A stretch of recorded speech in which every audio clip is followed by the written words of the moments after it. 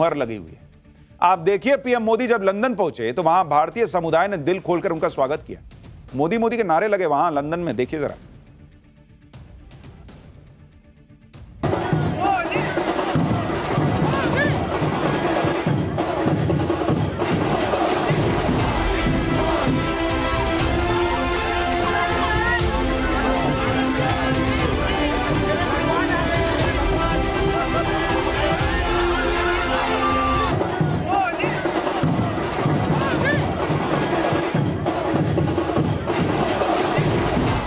मेरा जो जीवन है ना वो सफल हो गया मोदी के दर्शन करके। मैं अपना भगवान मानता हूँ, मोदी को भगवान मानता हूँ, भगवान से ऊपर कुछ नहीं है। मैं इतना खुश हूँ कि मेरे पास वर्ड नहीं है। And the Prime Minister shook my hand, he gave me Ashirwad and it was the best feeling ever.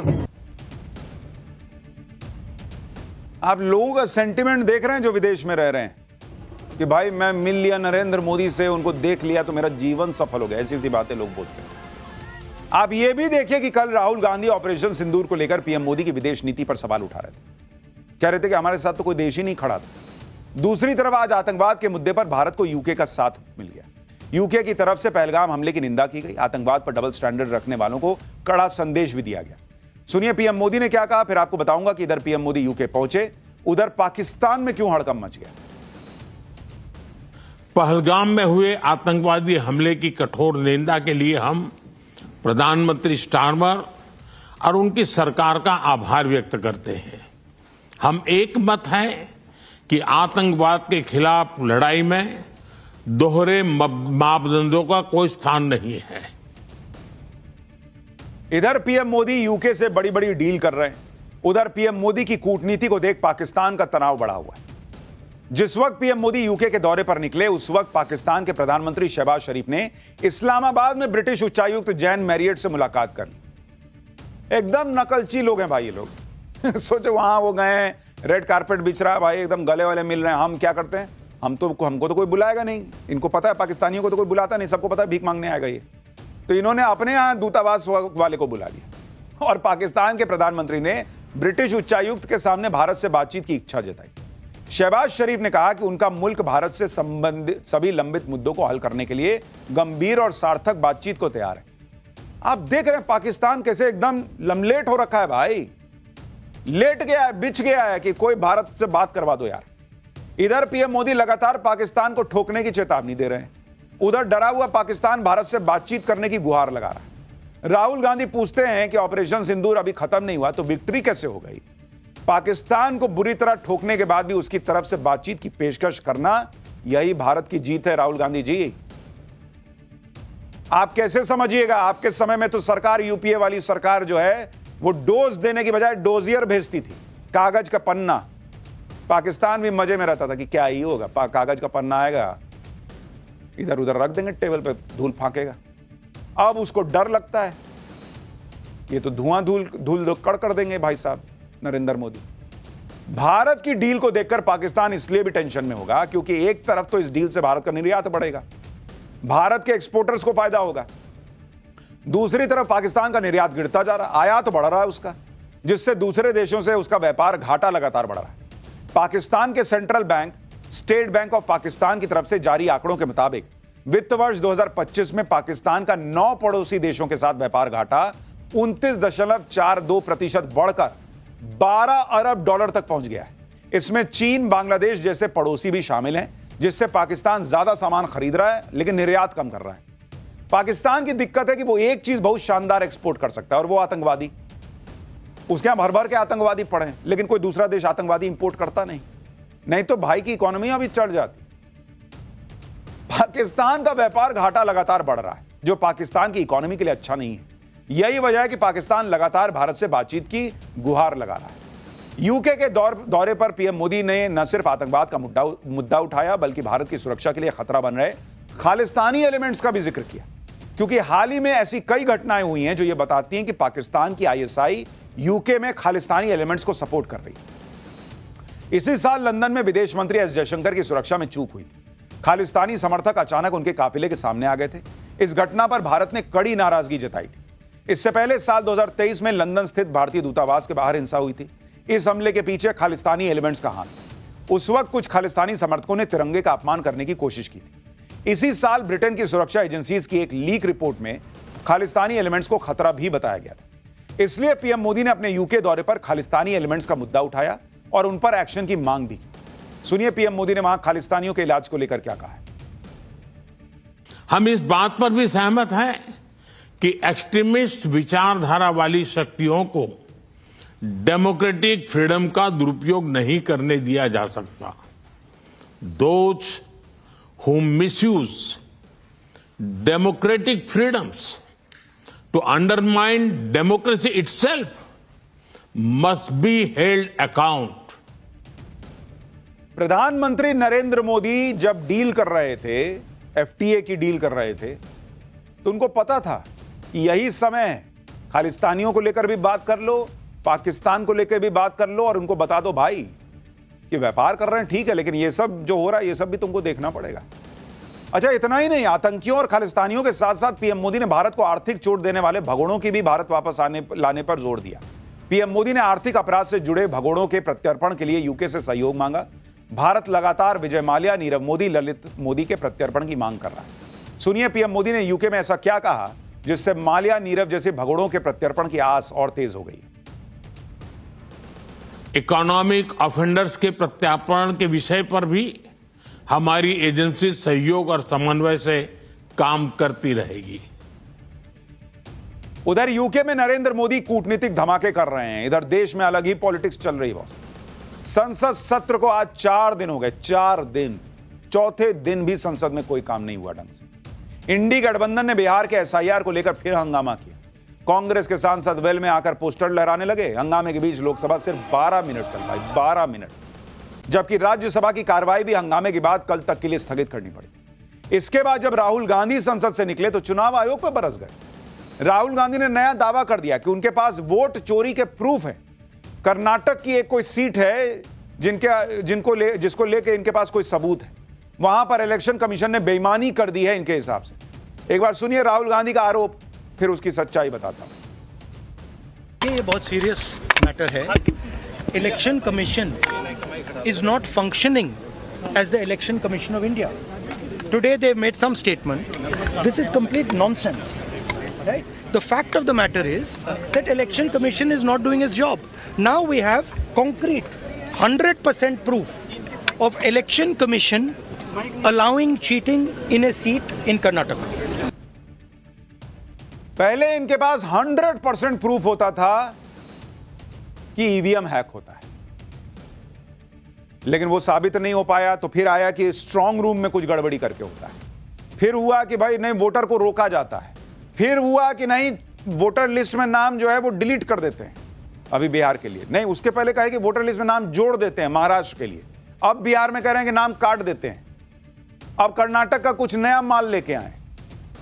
कुछ भी चल रहा है बॉस इस देश में। संविधान लहराते हैं, लेकिन किसी संवैधानिक व्यवस्था पे इनका विश्वास है क्या? राहुल गांधी कह रहे हैं कि उनके पास 100% सबूत है कि भाई कर्नाटक में गड़बड़ी हुई है, एक धोखाधड़ी हुई है एक सीट पर, और यही हर सीट पर भी हुआ। हजारों बोगस वोट जोड़े गए। 50 साल, 60 साल, 65 साल के लोगों को नए वोट करने के लिए जोड़ दिया गया। इसमें पहली बात तो यह है कि क्या 50 साल का कोई व्यक्ति कहीं नया वोटर नहीं बन सकता है क्या?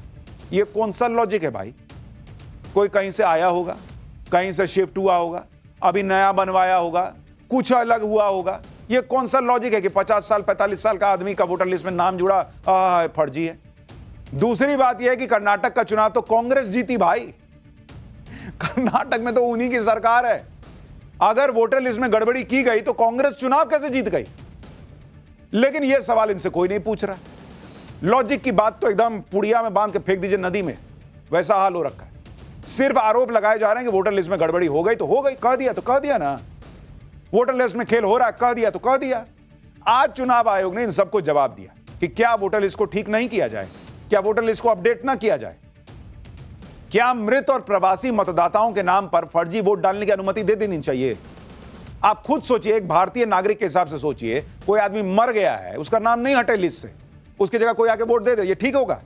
कोई दूसरी जगह शिफ्ट हो गया है, उसकी जगह कोई दूसरा वोट डालते, ये ठीक होगा? रिवीजन प्रोसेस का मकसद सिर्फ अयोग्य मतदाताओं को वोटर लिस्ट से हटाना है। क्या प्रामाणिक मतदाता सूची निष्पक्ष चुनाव और मजबूत लोकतंत्र की आधारशिला नहीं है? इन सवालों पर हम सभी को राजनीतिक विचारधाराओं से परे जाकर सोचना होगा। शायद आप सभी के लिए यह सोचने का सबसे अच्छा समय अब आ गया है, यह चुनाव आयोग कह रहा है। और सबसे बड़ा सवाल है कि ऑपोजिशन को इतना कॉन्फिडेंस कैसे है कि जिस मरे हुए आदमी का नाम हट रहा है लिस्ट में से, उस मरे हुए आदमी का वोट उसको ही पड़ता है। यह कॉन्फिडेंस कैसे है? जो दूसरी जगह शिफ्ट हो गया है वो उसी का वोटर था जो वोट दे देता कहीं और बैठे बैठे। ये इनको कॉन्फिडेंस कैसे? हो सकता बीजेपी कर लेती। लेकिन राहुल गांधी और उनके साथियों को इन सब बातों से कोई मतलब नहीं। उन्हें तो सिर्फ यह दिख रहा है कि चुनाव आयोग के बहाने नरेंद्र मोदी को कैसे घेरा जाए और कैसे यह बताया जाए कि चुनाव में उनके साथ खेल हो रहा है, जबकि सच यह है कि ये लोग बार बार नरेंद्र मोदी के सामने फेल होते हैं। और जब कोई नहीं मिल रहा तो सारा गुस्सा आप चुनाव आयोग पे निकाल रहे हैं। चुनाव आयोग को एक तरीके से धमका रहे हैं। राहुल गांधी ने आज किस तरह से चुनाव आयोग को देख लेने की धमकी दी है, आप देखिए, खुद सुनिए। Voter deletion, voter addition, new voters who are 18, who are way above 18. So we have caught them. Okay, and I want to send a message to Election Commission. Yes, sir. If you think you're going to get away with this, if your officers think you're going to get away with this, you're mistaken. You're not going to get away with it, because we are going to come for you. Rahul Gandhi आप देख रहे हैं किस तरह से धमका रहे हैं कि we are going to come for you. जब राहुल गांधी ने चुनाव आयोग को धमकाया तो चुनाव आयोग ने भी आज खुलकर राहुल गांधी को जवाब दे दिया। जिस कर्नाटक को लेकर राहुल गांधी ने दावा किया कि वहां पर वोटर लिस्ट में गड़बड़ी के सबूत उनके पास हैं, उस पर चुनाव आयोग ने कहा कि कर्नाटक लोकसभा चुनाव की मतदाता सूची को लेकर कांग्रेस की तरफ से एक भी अपील दायर नहीं की गई है। सबूत है तो अपील क्यों नहीं दायर किए बॉस? लोकसभा चुनाव में हारने वाले एक भी कांग्रेस उम्मीदवार ने कोई याचिका नहीं डाली है। हम सोचने को मजबूर हैं कि इस प्रकार के धमकीपूर्ण आरोप सीईसी के खिलाफ अब क्यों लगाए जा रहे हैं। यानी सबसे जो बेसिक प्रश्न है ना, महाराष्ट्र में आप कह रहे हैं कि गड़बड़ी हुई है, आप कह रहे हैं कर्नाटक में चोरी हुई है, 100% सबूत है, तो आपने अपील क्यों नहीं किया? आप सुप्रीम कोर्ट चले जाइए बॉस, वहां अपील कर दीजिए, वहां दिखाइए सबूत कि हमारे पास 100% सबूत है। 100% सबूत सिर्फ मीडिया के सामने बोल के चल देने में है। मीडिया का जवाब भी नहीं देना है कि 100% अगर वहां बेईमानी हुई तो कर्नाटक में आपकी सरकार कैसे है, आपको ज्यादा सीटें कैसे आई, बीजेपी कैसे हार गई। लेकिन नहीं, बस बोल के निकल देना है। खैर, इनका हिसाब तो चुनाव में, राजनीति में हिसाब जो है वो जनता करती है, वो जिसको जो ठीक लगेगा वो करेगा। लेकिन पाठशाला में अब अगले चैप्टर का वक्त हो गया। मुंबई ट्रेन ब्लास्ट में हाईकोर्ट ने जिनको 2 दिन पहले निर्दोष बताया, सुप्रीम कोर्ट में मामला कैसे पलट गया? मोदी ने मुंबई ब्लास्ट के पीड़ितों को न्याय दिलवाने वाला एक्शन किया तो ओवैसी एंड इकोसिस्टम को आग क्यों लग गई भाई? इसका चैप्टर आपको देखना चाहिए। 19 साल पहले 2006 में मुंबई में एक के बाद एक 7 लोकल ट्रेनों में ब्लास्ट हुए। पूरी मुंबई, पूरा देश दहल गया था। 188 लोग मर गए, 800 से ज्यादा लोग घायल हुए। इतनी बड़ी आतंकी घटना पर 2 दिन पहले बॉम्बे हाईकोर्ट का ऐसा फैसला आया जिस पर ओवैसी एंड इकोसिस्टम तुरंत एक्टिवेट हो गया। कहने लगा कि इस ब्लास्ट के जो आरोपी थे वो मुसलमान थे, इसलिए उनको टारगेट करके फंसा दिया गया था। और अब देखिए 19 साल बाद हाईकोर्ट ने सबको निर्दोष पाया। मुसलमानों को इस देश में पीड़ित बताने वाला जो प्रोपेगेंडा चलता रहता है और उसके नाम पर जो पॉलिटिक्स चलती रहती है, उसे बॉम्बे हाईकोर्ट के फैसले आने के चंद मिनट बाद ओवैसी और उनके जैसे नेताओं के इकोसिस्टम ने 2 दिन से खूब फैला रखा था। लेकिन आज सुप्रीम कोर्ट ने यह फैसला रोक दिया तो ओवैसी एंड इकोसिस्टम को आग लग गई। सुप्रीम कोर्ट में ऐसा क्या हुआ कि मुंबई ट्रेन ब्लास्ट का मामला पलट गया? सोशल मीडिया से लेकर हर जगह लोग पूछ रहे थे कि कैसा फैसला आया है बॉस। इसका मतलब 188 लोग जो मुंबई ब्लास्ट में मरे उनको किसी ने नहीं मारा। वो एक आया था ना headline, nobody killed Jessica, nobody killed 188 people. 800 लोग घायल हुए, उनको किसी ने नहीं घायल किया। पीएम मोदी ने मुंबई ब्लास्ट के पीड़ितों को न्याय दिलवाने वाला एक्शन किया तो ओवैसी एंड इकोसिस्टम में क्या नई आग लग गई है, आज आपको यह सब बताऊंगा। लेकिन पहले मुंबई ट्रेन ब्लास्ट के मामले में हो रही पॉलिटिक्स की एक झलक देखिए।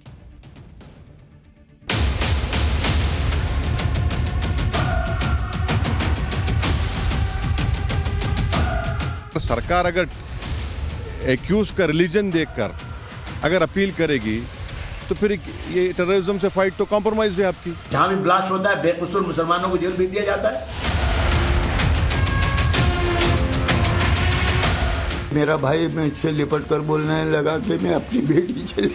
तो सरकार से मेरा एक सवाल था कि 19 साल हमारे इस केस के फैसले के लिए क्यों लगे। ये फैसला जान करके ऐसा आया कुछ और तकलीफ बढ़ गई।